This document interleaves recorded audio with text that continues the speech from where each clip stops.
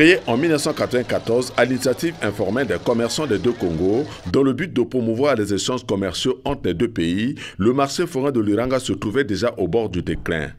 Trop de taxes arbitraires et de tracasseries, les sujets RDC, plus gros fournisseurs de produits vivriers et plus gros acheteurs de produits manufacturiers, menaçaient depuis un certain moment de suspendre leur participation à ce marché. Aujourd'hui, grâce à la concertation autorité préfectorale de la Douala, les communautés des commerçants du Congo-Brazzaville et de celles de la RDC, un compromis vient en fait d'être trouvé et le marché est sauvé de justesse. C'est des commerçants parfois qui viennent de Brazzaville qui payent les impôts, à Brazzaville qui payent les impôts, à Mosaka qui payent les impôts, à Lukolela qui payent les impôts, qui ont leur établissement établi dans ces localités. Ils payent des impôts là-bas. Ici, ils viennent pour la foire.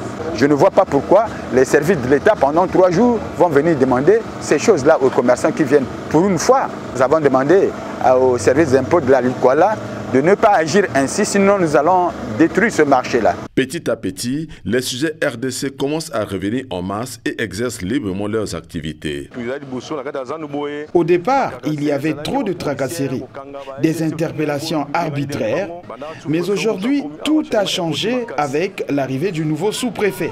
Le marché forain de l'Iranga est indubitablement une foire foraine à vocation sous-régionale au regard de la provenance des commerçants et de la monnaie utilisée. C'est un marché international à caractère forain. Ce marché constitue un point de rencontre, d'échange entre les commerçants qui viennent de la RDC, du Centrafrique, ceux qui viennent de Brazzaville et d'Oyo, un peu partout. La monnaie acceptée ici, c'est le franc congolais et le franc CFA.